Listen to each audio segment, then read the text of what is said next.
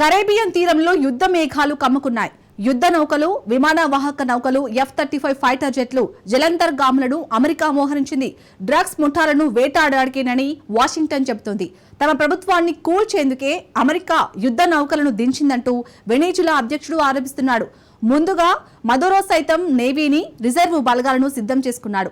America చెప్పే కథలు, Maduro విమర్శలు ఎలా ఉన్నా ఇప్పుడు కరేబియన్ తీరంలోకి డ్రాగన్ కంట్రీ ఎంట్రీ ఇచ్చింది. మదురోకు అత్యంత నమ్మకమైన మిత్రుడు డ్రాగన్.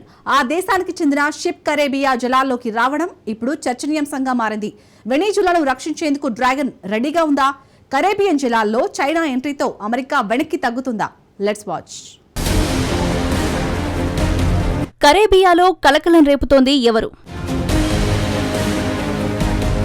కరేబియాలోకి డ్రాగన్ నౌక ఎంట్రీ ఇచ్చిందా?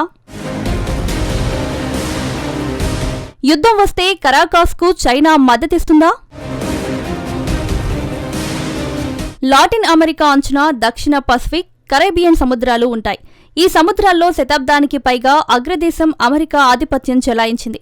కానీ ఇప్పుడు ఆ పరిస్థితి కనిపించడం లేదు. ఇండో పసిఫిక్ సముద్ర ప్రాంతంపై కన్నేసిన అమెరికా తన సొంత ప్రాంతాన్ని విస్మరించింది. దక్షిణ పసిఫిక్, కరేబియన్ సముద్ర తీర దేశాలను ఎప్పుడైనా చూసుకోవచ్చు. కానీ డ్రాగన్ను విస్మరిస్తే అసలుకే ఎసరు వస్తుందని భావించింది. అందుకే మొత్తం ఫోర్సును ఇండో పసిఫిక్ ప్రాంతంలోనే మోహరించింది. చీమా ఎందుకు కుట్టావంటే నా పుట్టలో వేలు పెడితే ఊరుకుంటానా అన్నట్టుగా డ్రాగన్ కంట్రీ వ్యవహరిస్తోంది. అమెరికా ఎత్తులకు చైనా పై ఎత్తులు వేసింది. తన పుట్టలోకి వేలు పెట్టిన అమెరికాను బీజింగ్ టార్గెట్ చేసింది. కరేబియన్ సముద్ర జలాల్లో చైనా నేవీ పాగా వేస్తుంది. తాజాగా అక్కడికి ఓ చైనా నౌక చేరుకుంది.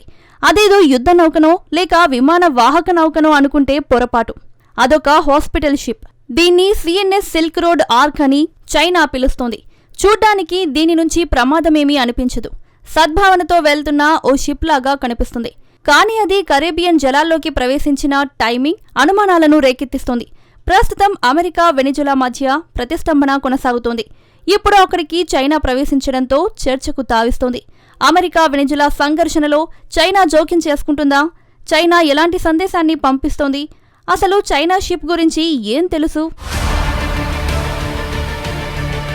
CNS సిల్క్ రోడ్ ఆర్క్ షిప్ను 2024లో చైనా ప్రారంభించింది. ప్రాథమికంగా చెప్పాలంటే ఇది కేవలం ఆస్పత్రి షిప్ మాత్రమే. ఇది ప్రారంభించిన తర్వాత ఆఫ్రికా, ఆసియా అంతటా తిరుగుతూ వేల మందికి చికిత్సలను అందించింది. కానీ ఈ సెప్టెంబర్ ప్రారంభంలో ఆ షిప్కు కొత్త మిషన్ను చైనా అప్పగించింది. ఈ మిషన్లో భాగంగా షిప్ సౌత్ పసిఫిక్ సముద్రం, లాటిన్ అమెరికా దిశగా ప్రయాణం మొదలైంది. CNS Silk Road Ark ship mission లక్ష్యమేంటి? బీజింగ్ ప్రకారం చైనా మిత్ర దేశాల మధ్య స్నేహపూర్వక సహకారాన్ని బలోపేతం చేయడమే లక్ష్యం.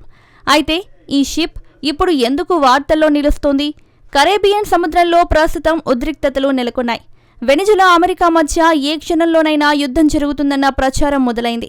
భారీగా యుద్ధ విమానాలను, విధ్వంసక నౌకలు, విమాన వాహక నౌకలు, జలాంతర్గాములను అమెరికా మోహరించింది.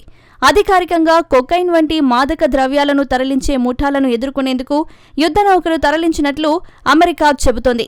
కానీ డ్రగ్స్ ముఠాల గురించి కాదని, తమ ప్రభుత్వాన్ని కూల్చేందుకు అమెరికా యత్నిస్తోందంటూ వెనిజులా అధ్యక్షుడు నికోలస్ మదురో ఆరోపిస్తున్నాడు. యుద్ధ నౌకలను దించి అమెరికా బెదిరింపులకు పాల్పడుతున్నట్టు మదురో మండిపడుతున్నాడు. తమ ప్రభుత్వాన్ని అస్థిరపరిచేందుకు వాషింగ్టన్ యత్నిస్తున్నట్టు విమర్శిస్తున్నాడు. సో వెనిజులా అధ్యక్షుడు సైతం తమ సైన్యాన్ని మోహరించాడు. సొంత దేశాన్ని రక్షించుకునేందుకు లక్షల మంది రిజర్వ్ బలగాలు సిద్ధమవ్వాలని మదురో పిలుపునిచ్చాడు. వారం రోజుల క్రితం వెనిజులాకు చెందిన బోటుపై అమెరికా దాడి చేసింది. అది వెనిజులాకు చెందిన డ్రగ్స్ బోటుగా వెల్లడించింది. అమెరికా దాడిలో 11 మంది చనిపోయారు. ఆ తరువాత కరేబియన్ సముద్రంలో పోర్టరికోలో F-35 యుద్ధ విమానాలను అమెరికా మోహరించింది. అనంతరం అమెరికా రక్షణ శాఖ మంత్రి పీట్ హెగసిత్ కరేబియన్ సముద్రంలో తిష్టవేసిన అమెరికా యుద్ధ నౌకను సందర్శించాడు. ఇప్పటి వరకు వెనిజులా ఎదురుదాడి చేయలేదు. ప్రస్తుతానికి పరిస్థితి అదుపులో ఉందని వెనిజులా చెబుతోంది. కరాకాస్లో ప్రభుత్వ మార్పునకు వేసిన ప్లాన్లను నిలిపివేయాలని మదురో డిమాండ్ చేశాడు. లాటిన్ అమెరికాతో పాటు కరేబియన్ దేశాల సార్వభౌమత్యాన్ని అమెరికా గౌరవించాలని మదురో సూచించారు. నిజానికి అమెరికా, వెనిజులా మధ్య ఉద్రిక్తతలు రోజురోజుకు ముదురుతున్నాయి.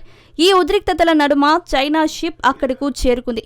ఈ మిషన్ గతంలోనే నిర్ణయించిందని, ఈ షిప్ కేవలం ఆస్పత్రి నౌకగానే చైనా చెబుతోంది. ఇది యాదృచ్ఛికమో ఉద్దేశపూర్వకంగా వచ్చిందో తర్వాత సంగతి. కానీ వెనిజులా మాత్రం పూర్తిగా చైనా పైనే ఆధారపడుతోంది. వెనిజులా కేవలం చమురు ఎగుమతులతోనే ప్రభుత్వాన్ని కొనసాగిస్తోంది. వెనిజులాకు చెందిన 90% క్రూడ్ ఆయిల్ చైనాకే ఎగుమతవుతోంది.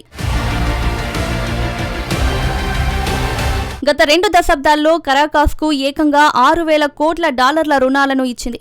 మదురో విషయానికి వస్తే చైనా కేవలం భాగస్వామి మాత్రమే కాదు, అతడితో వ్యాపారం చేసే అతిపెద్ద దేశం డ్రాగనే.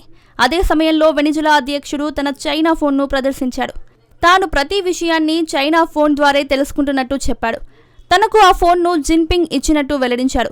ప్రపంచంలోనే అత్యుత్తమ ఫోన్ అని, దాన్ని అమెరికన్లు ఏమాత్రం హ్యాక్ చేయలేరని మదురో చెప్పాడు.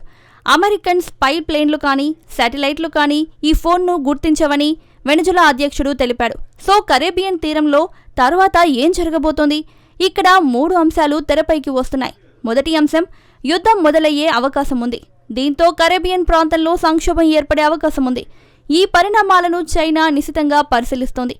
బహుశా మదురోకు నైతిక మద్దతు ఇచ్చే అవకాశం ఉంది. కానీ యుద్ధానికి చైనా దూరంగా ఉండొచ్చు. రెండో అంశం, ప్రతిష్టంభన. వెనిజులాపై వాషింగ్టన్ ఒత్తిడిని పెంచుతోంది. అమెరికాపై కరాకాస్ విమర్శలను గుప్పిస్తోంది. చైనాకు చెందిన సిల్క్ రోడ్ ఆర్క్ షిప్ మాత్రం ఒక పోర్టు నుంచి మరొక పోర్టుకు ప్రయాణిస్తుంది. ఇక మూడో అంశం, చైనా మధ్యవర్తిత్వం.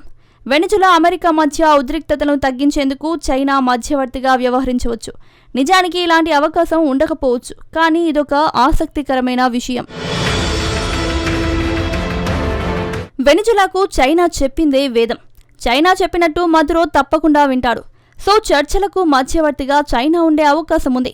అయితే ఈ విషయంలో జిన్పింగ్ రాజకీయంగా చొరవ చూపుతారా అన్నదే అతిపెద్ద ప్రశ్న. ఎందుకంటే తైవాన్ విషయంలో పదే పదే అమెరికాకు వార్నింగ్స్ ఇస్తోంది. ఈ నేపథ్యంలో వెనిజులా యుద్ధం మొదలైతే ఆయుధ, ఆర్థిక, సమాచార సహాయాన్ని చైనా అందించే అవకాశాలే ఎక్కువ. అయితే వెనిజులా అమెరికా సంఘర్షణ తీవ్రమవుతుందా లేక ఆగిపోతుందా అన్నది మాత్రం వేచి చూడాల్సిందే.